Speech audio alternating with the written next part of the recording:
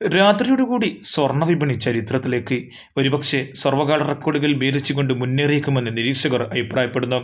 September മാസത്തോടുകൂടി പലിശ നിരക്ക് കുറക്കുമെന്നുള്ള വാർത്തകളാണ് പുറത്തുവരുന്നത്. അങ്ങനെ സംഭവിക്കുകയാണെങ്കിൽ സ്വർണ്ണവില 60,000 കടന്ന് മുന്നേറിയേക്കും. ഇപ്പോഴത്തെ ഈ പെട്ടെന്നുള്ള ഒരു ട്രെൻഡിങ്ങിനുള്ള പ്രധാനപ്പെട്ട കാരണം ഇറാൻ ഇസ്രായേലിനെതിരെ തിരിഞ്ഞേക്കുമെന്നുള്ള വാർത്തകളാണ്.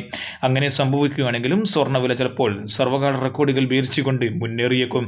രാജ്യാന്തര വിപണി $2,500 ഇന്ത്യൻ മാർക്കറ്റ് MCX 72,000 എത്തുന്ന കാഴ്ചയാണ് കാണുന്നത്.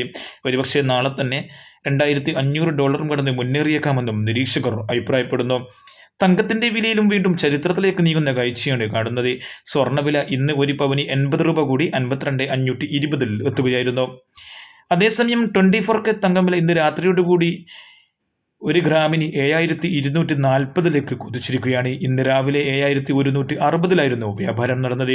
ചരിത്രത്തിലെ ഏറ്റവും വലിയ കൂടുതലേക്ക് ഒരുപക്ഷെ പോയേക്കുമെന്നും നിരീക്ഷകർ അഭിപ്രായപ്പെടുന്നു. ഇന്ന് 9 വൺസ് ഗോൾഡ് വിൽക്കുന്നവർക്ക് ഏകദേശം ഒരു പവന് 52,520 തന്നെ ലഭിക്കേണ്ടതാണ്. രാത്രിയോടുകൂടി 9 വൺസ് ഗോൾഡ് വിൽക്കുന്നവർക്ക് ബോർഡർ റേറ്റ് തന്നെ കിട്ടിക്കാണുമെന്ന് പ്രതീക്ഷിക്കുന്നു.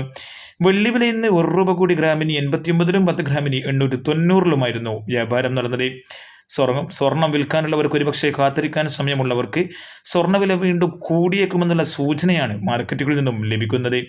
നാളെ സ്വർണ്ണവില ഒരു പവന് 1000 വർധനവ് സംഭവിച്ചേക്കാം.